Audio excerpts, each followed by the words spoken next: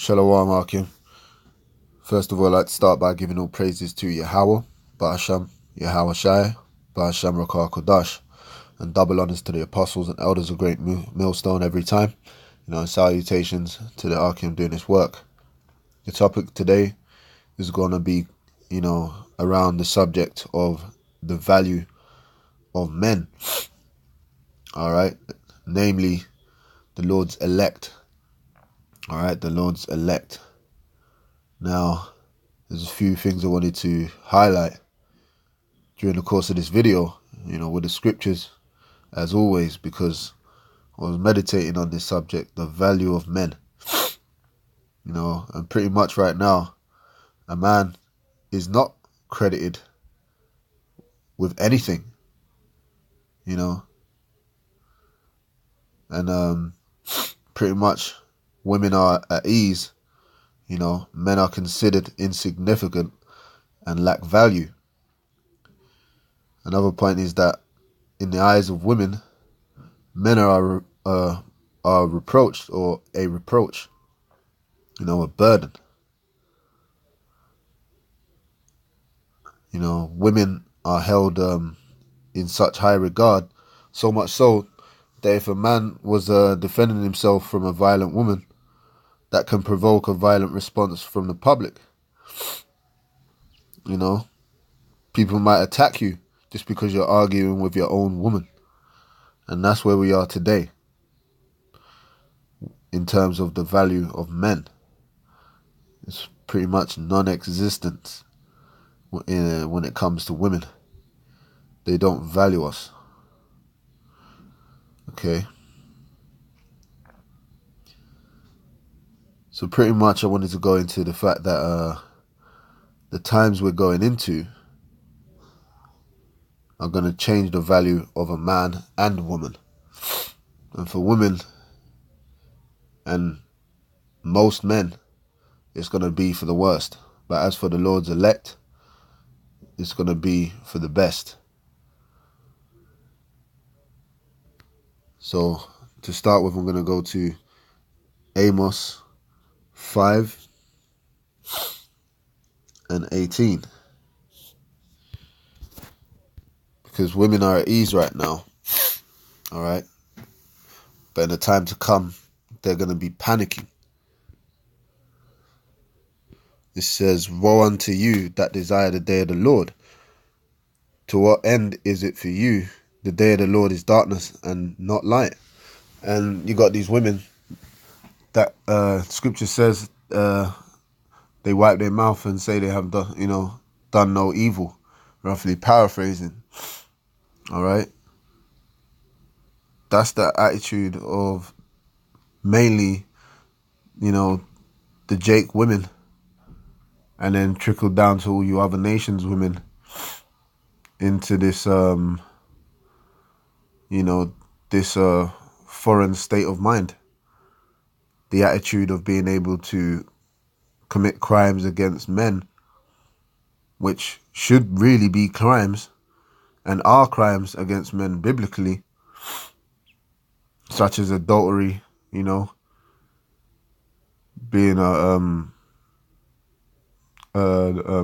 slut. In terms of you Jake women, man, you're not supposed to be, acting like complete prostitutes. All right, there's scriptures against that, man. All right, but you pretty much come with this justify yourself spirit and consider yourself to be clean and worthy of Yahawashi. But the scripture says, "Woe unto you that desire the day of the Lord. To what end is it for you? The day of the Lord is darkness and not light."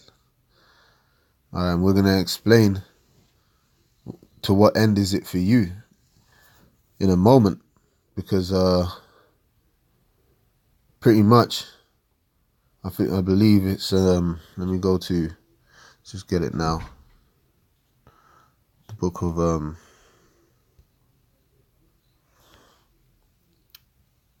Salakia, 1 Timothy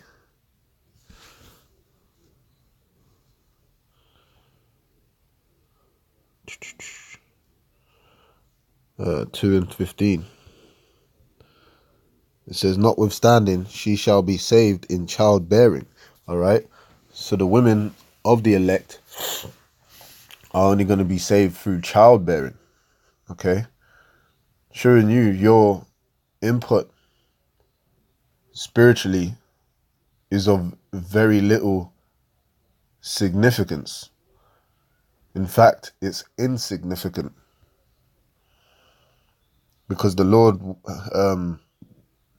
will choose who he chooses to spare from judgment.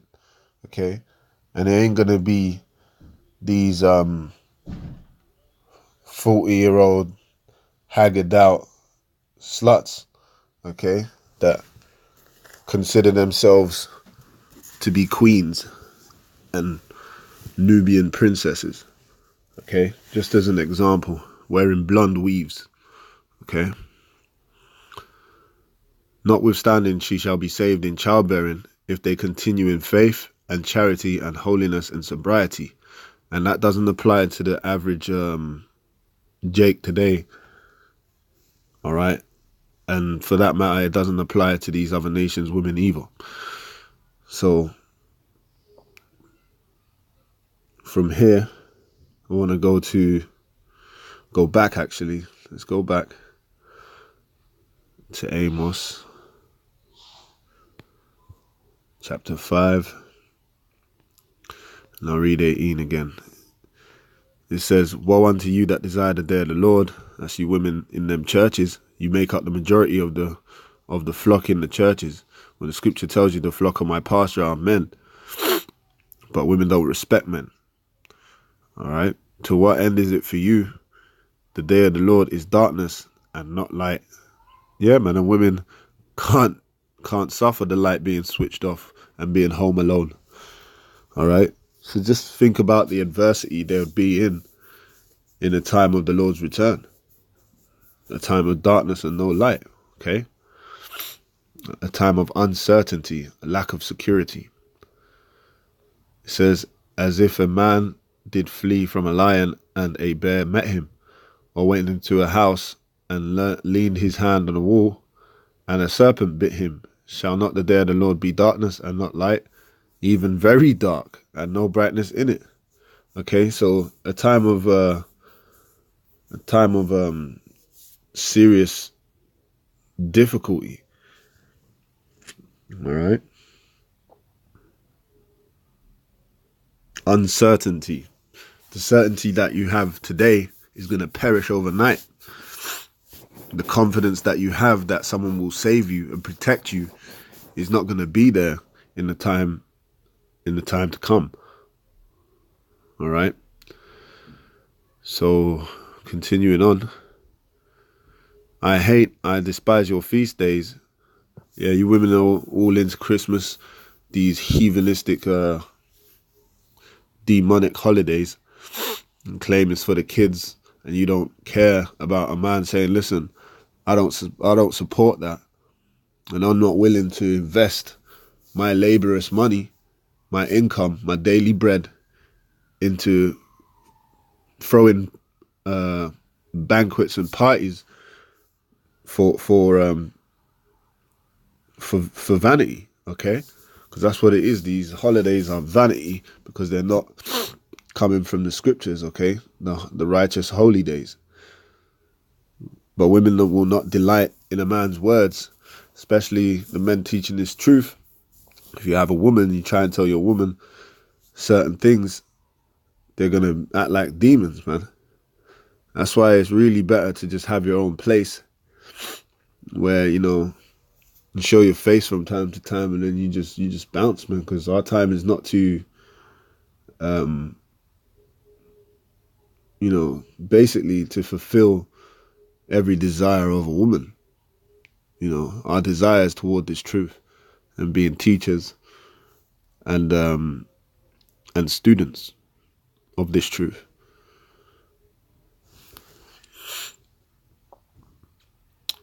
Continuing on. And I will not smell in your solemn assemblies. Yeah, that abominable food. and that abominable dancing activity, man. Twerking. Say you're just in church and you're doing some twerking in some short split skirt, attitudes all off. Anyway, man, you know the type. Though you offer me burnt. Alright, that's the point on that, man. So, the next scripture I wanted to go to is Isaiah chapter 4.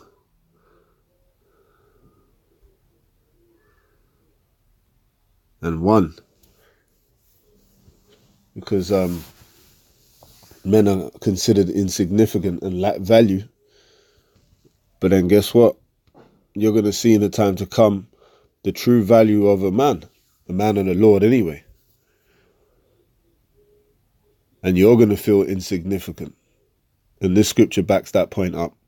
Isaiah 4:1. And in that day 7 women shall take hold of one man, saying, we will eat our own bread and wear our own apparel. Only let us be called by thy name to take away our reproach. All right, so women are going to be desperate to be taken on board by a man. But here it is: if a man has more than one woman, he's considered a lowlife, a cheat, somebody who is unworthy of her attention and her time. But in that day, she will realize that she is insignificant and desperately in search of one man shared by many.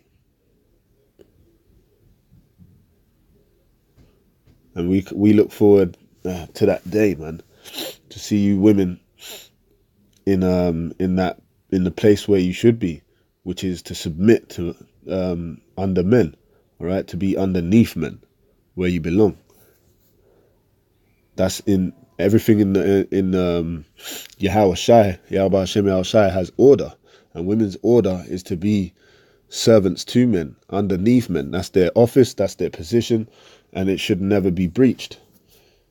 That's why this wicked kingdom needs to be destroyed.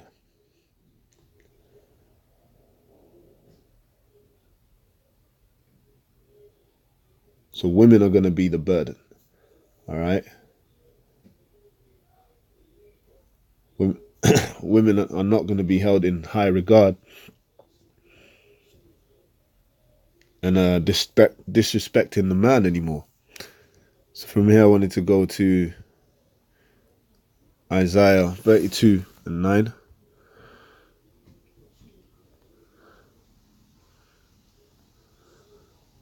It says, rise up, ye women that are at ease. Hear my voice, ye careless daughters. See, a lot of you are at ease and you think that, yeah, you got the police force, you got your exes, all these list or itinerary of phone numbers of people you consider friends. But really, they were sleepers, shall I say, sleeper cells waiting to be, woken up, so to speak, to jump inside of your so-called prized possession, which, to be honest, a man in this truth, we don't worship pussy. For I know it sounds a bit vulgar, but we don't. Okay,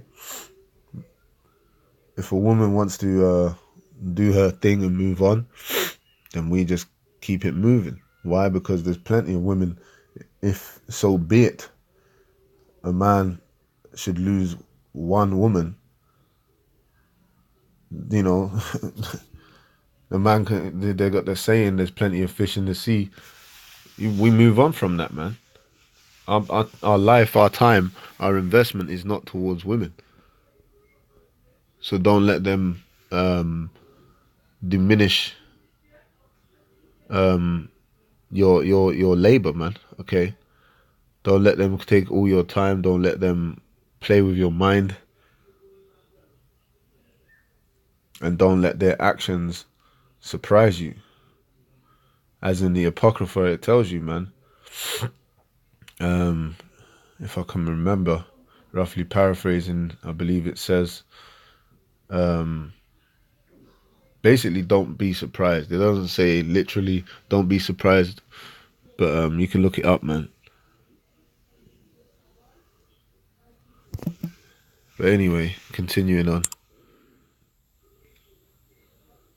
I'll be able to post it in post production after this video. So anyway, let's see where we are. Yeah. Many days tremble you women that are at ease, be troubled you careless ones, strip you and make you bare, and gird sackcloth upon your loins. See that? Gird sackcloth upon your loins, man.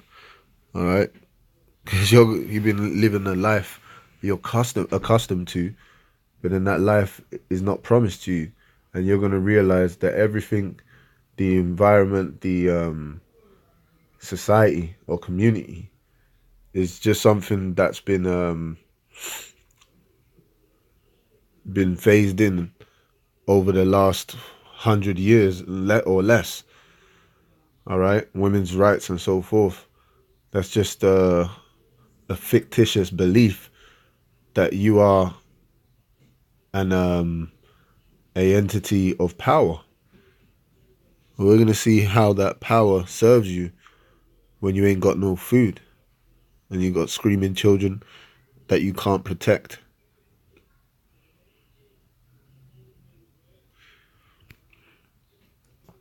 So from here, I wanted to go to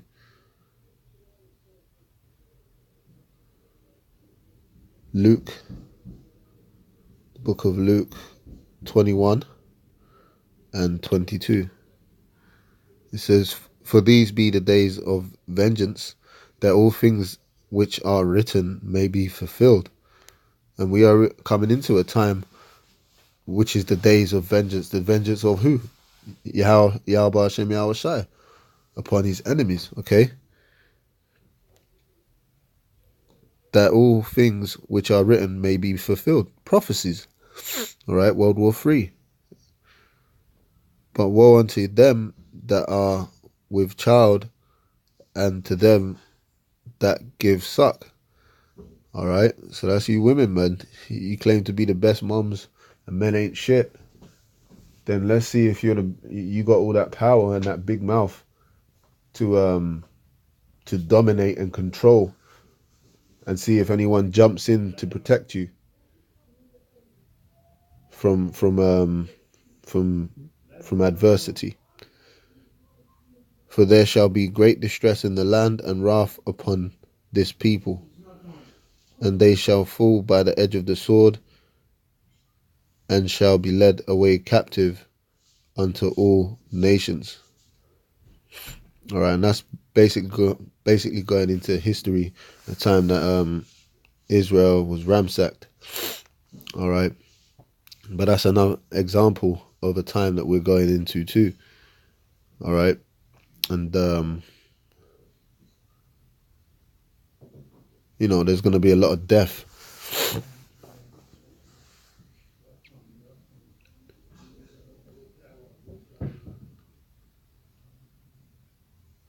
So from here, my last scripture is Isaiah 13.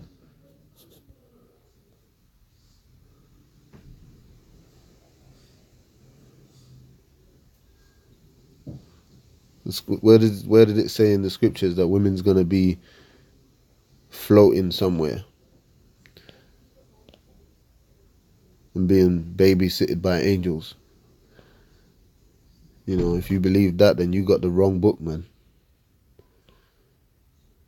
So this is Isaiah 13 and 11. "And I will punish the world for their evil, and the wicked for their iniquity. And I will cause the arrogancy of the proud to cease, and will lay low the haughtiness of the terrible." All right. So the world's going to get punished. But then guess what? The Lord's elect, the scripture's going to tell you how they're going to fare in this situation. "And I will cause the arrogancy of the proud to cease, and will lay low the haughtiness of the terrible." I will make a man. No, what did it say? A woman? A man. Why? Because a woman is underneath a man, and any benefit she has, like we read earlier in 1 Timothy 2:15, women shall be saved through childbearing. Guess what? That's because of the man she's rolling with.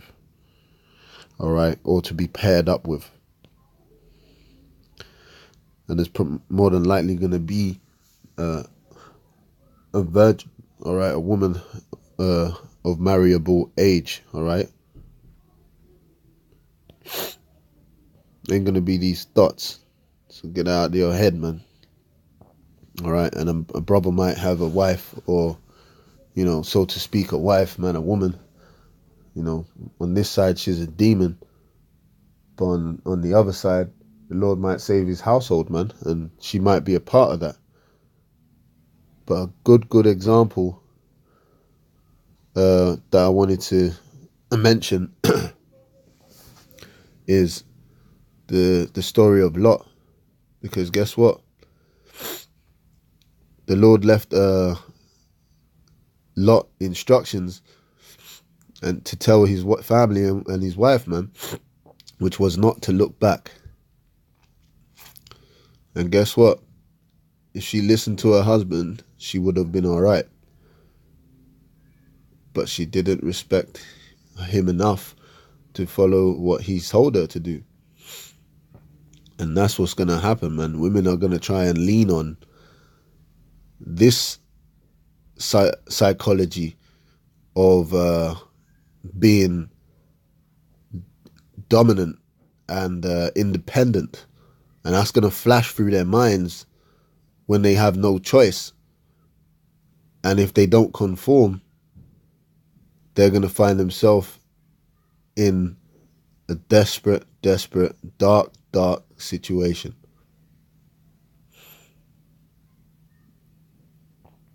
All right. It says, I will make a man more precious than fine gold, even a man than the golden wedge of Ophir. Precious, the opposite of insignificant. Therefore, profitable, you know, expensive. Therefore I will shake the heavens, and the earth shall remove out of her place in the wrath of the Lord of hosts, and in the day of his fierce anger. Yeah, man. Now let's look at a very dramatic example. You put a fly or a spider in the room, a woman wants to jump. Well, guess what? The description is that the Lord will shake the heavens, man, and the earth shall remove out of her place. Fierce anger. You're not going to want to be alive, man. You're going to give up the ghost. But you women are staying proud, steady, just disrespecting men. We're going to find out, man. All right? And we're going to laugh, man. You know, instead of, you know, you're going to have a rent garment and all sorts. And it shall be as a chase roe, and as a sheep that no man taketh up. They shall every man turn to his own people, and flee everyone into his own land. All right. But anyway, man, that was just on the topic of the value of men. The time that we're going into, everything's going to change, brothers.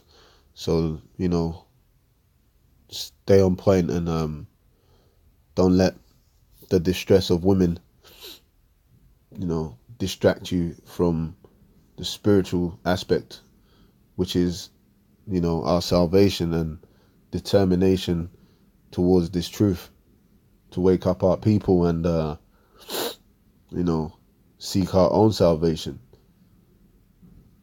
Anyway, with that, I'm going to say shalom.